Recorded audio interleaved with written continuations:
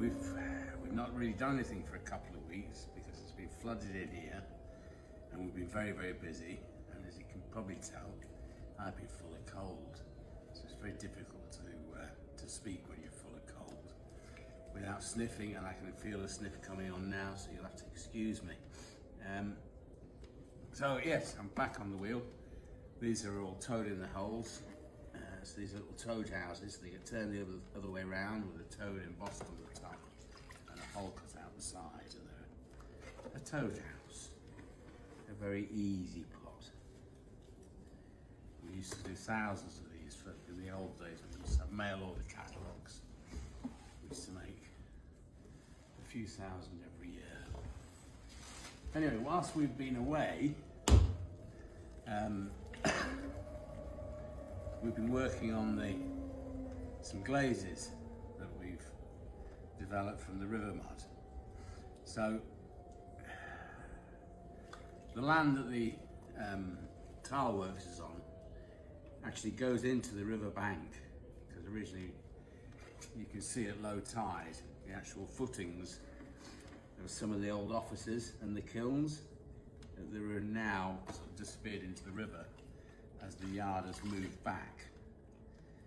Anyway, so about once a month we go out and we get 100 kilos or so of clay, so a barrow load, and that's used to seal the doors of the kiln, and that's been going on for the best part of 200 years. Well, I mean, this yard's been here for 175 years.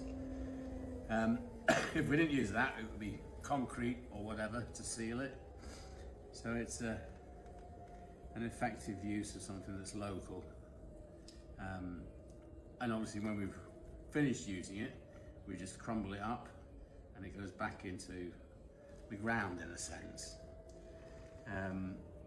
Anyway, from that river mud, we've managed to develop some quite unique glazes,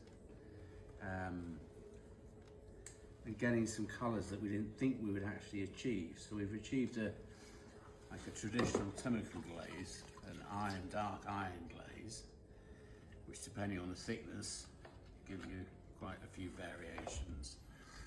But also, so this is one of our mugs. I'll just have a quick cup of tea. Sorry, quick drink. So you can see the incredible variation of colour.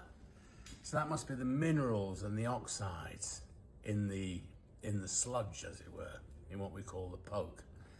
But you get some fantastic colorations in it. So that's the base glaze is that's the river mud on its own, and this is a clear rutile glaze just on top of it, and it just brings out the colours in the actual base glaze. And there's no colouring in the top glaze at all, it's just a clear glaze. So it's amazing, really quite a beautiful variation of colours. So we've got sort of, depending on the percentages we've used, so we've got some glazes that are sort of yellows, really nice earthy tones, and then with sort of greens and blues, and then somewhere it's actually going to red here. So yeah, we've been experimenting for the last 2 weeks doing that, and hopefully we're aiming to launch just a small series of mugs at the end of October, beginning of June, beginning of November. But yeah, so that's what we've been doing. We haven't been wasting time. We've actually been working, but with stonework clay as well. So we'll do some videos of it later on, of me throwing mugs and jugs and bowls and things. The throwing is very, very different to what you'll see today, or what you normally are used to seeing me do. It's much slower, it's much more refined, it's less sort of, it'll be right, you know, it's a much more precise product. But even then, I still, as you notice today, I don't use a pointer. Although we're doing, you know, maybe a run of 100 mugs, I won't use any measurement in a sense, apart from my eyes. And I kind of want to do that now. I do it with most things. There's very few pots, unless I have to work to an actual measurement. that I do measure these days, and it kind of allows the pots to develop a bit more freer, I think. I don't know, I quite enjoy it. I don't like the restriction. And I find that within reason, the pots are pretty good.